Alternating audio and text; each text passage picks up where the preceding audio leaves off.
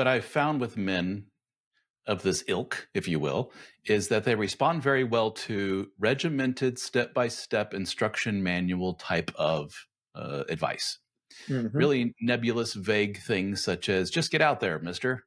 Go do it, Anxiety, right? go do it. They respond better to here's your task. You Yeah, need to go out 6 times this week and meet 6 strangers and say hello. yeah. You need to change your wardrobe to the following. Mhm. You need to these kind of things. They sit at attention and take notes. They really, really love that. And I that was brought to my attention because I wrote a book years ago that took off called The Dead Bedroom Fix for Men, all about how to fix the old dead bedroom.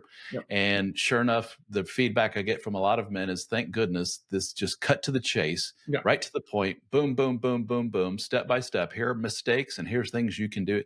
And that really appealed to these men a great deal. And I think, but that energy can be directed in some not so good areas. What also appeals to them a great deal is a lot of this material out there that you see. I don't know if you're familiar with the world of like red pill Mm. stuff. Are you familiar with this and pickup artistry and things like that? It Alpha males and yeah. yeah, Yep. it breaks down people into kind of like lab rats. Let's Uh-huh. study these people. Let's figure out what makes them tick. Yep.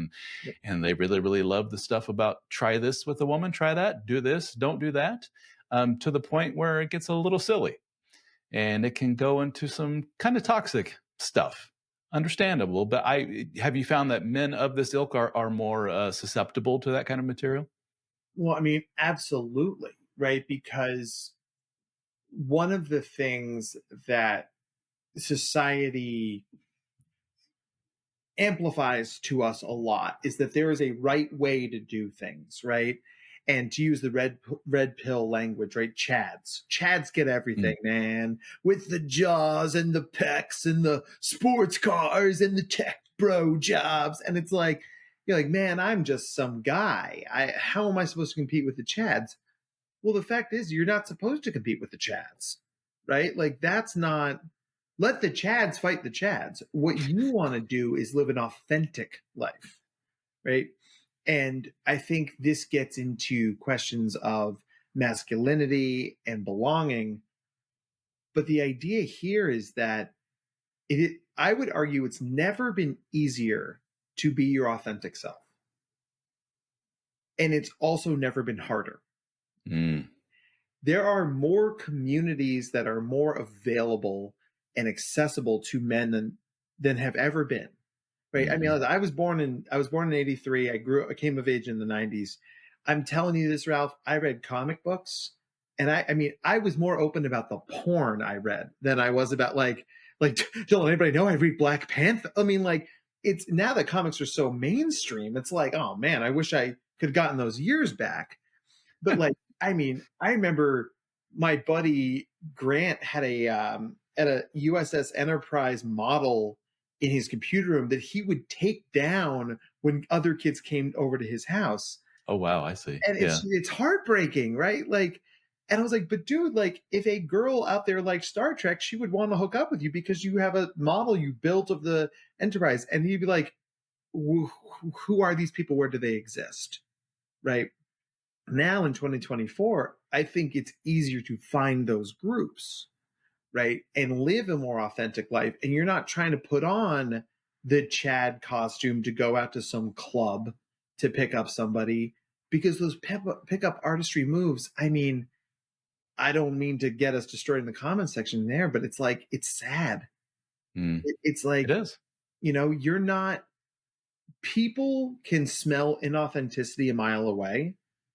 And and desperation is a awful cologne, right? You are much better off going to your local jigsaw puzzle meetup and rolling jigsaw puzzles with the other jigsaw puzzlers.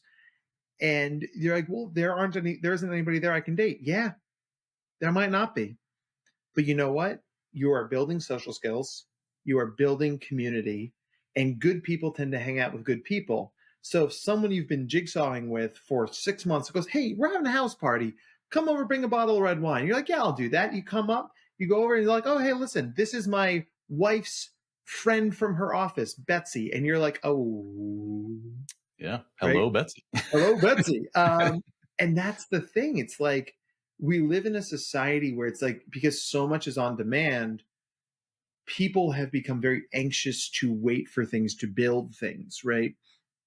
I say this to my clients all the time. You cannot microwave a relationship, I you like know? it. Very And good. that's a really tough message because, for instance, like here it is, it's October, no, it's August 1st right now. And a lot of my clients are getting ready to go to college, right? And that's like, yay, good for them. And I have this conversation with them every year. It's like, you grew up in a small town, you grew up in this community, you've known these kids since kindergarten. You have friends, you have an ex-girlfriend, you have a soccer coach, people you have known, you've gotten the reps with them. Like you have seen them grow. You went through the braces phase together. You're all really into one direction for some reason. I get it, right? And now here we are, and you're about to start fresh. And unwittingly, you are going to bring that expectation to these relationships you're going to make at Villanova or University of Memphis or Texas Tech or wherever it is you're going. And that is an impossible standard to hold these people to whom you've known for 7 minutes, right? Why Mm. are we not best friends yet? Bro, it's because you've known them for 7 minutes. You've got to let the process play out and trust that those things will evolve apace as you go. And if you can master that patience when it comes to friendships, you can apply those skills to sexual and romantic relationships down the line, because it's the same set of skills, just with very different outcomes. Hmm. Hmm. But going back to, let's say, the young men, if we need them to be authentic. There's a delicate balancing act here, which is be authentic, be yourself, versus, hey, buddy, you know that thing you just did there, that trait that you have, Yeah. not the best in the world. Right. Society overall kind of frowns on what you did there. That's not the coolest, most suave thing in the world to do. You need to turn on. What how do we improve upon that? Is getting out there, Yeah. meeting more and more people, socializing more, overcoming your anxieties, and you do it literally 1,000 times, and you get better at it. Yeah. That kind of butts heads with be yourself. Because if that kid just said, I am who I am, screw all you people, then Yeah. he's not going to get very good results. So let's start with that. Let's start with the be yourself versus you need to work on some real skills here. How do we balance that out? How do we reconcile the two? The idea there, and you were speaking to such a good point, is that the word that we want to use here is the word pro-social, right? So a lot of you, I mean, we were talking about red pills before, right? Let's talk about the nice guy, like capital T, capital N, capital G, right? A lot of guys are like, if I'm nice, girls will have sex with me. And I'm like, bro, it does not work that way. In fact, let's not make it heteronormative. If I'm nice, people will have sex with me, Mm-hmm. right? Mm-hmm. And that's the thing. It's like kindness is an act. It is not an investment, right? And where this plays into the red pill Chad phenomenon, because if people think they are doing kind things to be rewarded with sex at some point, it creates a scenario of disenfranchisement and animosity, and that Mm-hmm. stuff can be, like, crystallize and send people down to that, like, you know like more of like the incel movement, right? And like, so the idea here is it is not within the rules of society to walk up to somebody like, hey, would you have sex with me, please? Right? It's too much. You overcorrected. But it is also okay to be like, hey, I'm really interested in you and I would like to get to know you better. That's where your authenticity can come. Because the reality is that people you're interested in, people you're meeting in an environment like that, they're not stupid. It's a speed dating event or it's a networking thing at a conference. They know that there is an understanding that I'd like to get to know you better implies that you would be interested in some other things happening. But you can pace yourself along that process, right? And I think where a lot of people get stuck is they fall victim to what I like to call as a psychologist, top-down thinking, right? So if you're like, so Ralph, are you partnered? Yes, I married my second wife. Yeah, very cool. So if you are talking to your wife, right, and your goal is, I would like this interaction to end with us having sex, right? That's top down thinking, because Mm, any outcome less than sex is going to be disappointing, right? You guys could have a lovely evening, great food, great music, great dancing, and you come down and then you realize that we're old now when we fall asleep, right? And then your last thought before you go off dreamland is like, I could have had sex tonight, yeah, right? So hear it all the time, all the right, time. you're inherently looking at things wrong. Let's invert that. Let's do bottom up thinking, because the default is nothing. The default is we do no things, right? So I could have not had a partner. I could have not done anything with my partner.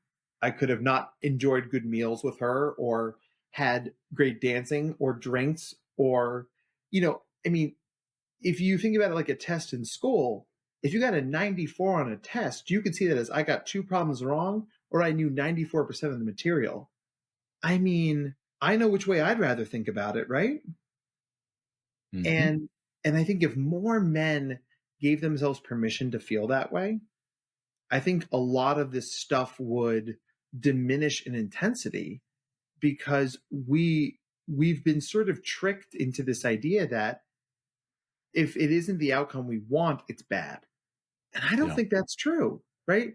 This isn't a perfect podcast. As much as I like talking to you, and I think we're Well, I doing a mean, come good on. I job, mean, right? you know, but if the default is we did nothing today, we are adding value to the universe, even if it's imperfect. Mhm. And that's just a mentally health wise, it's just a better way of seeing the world.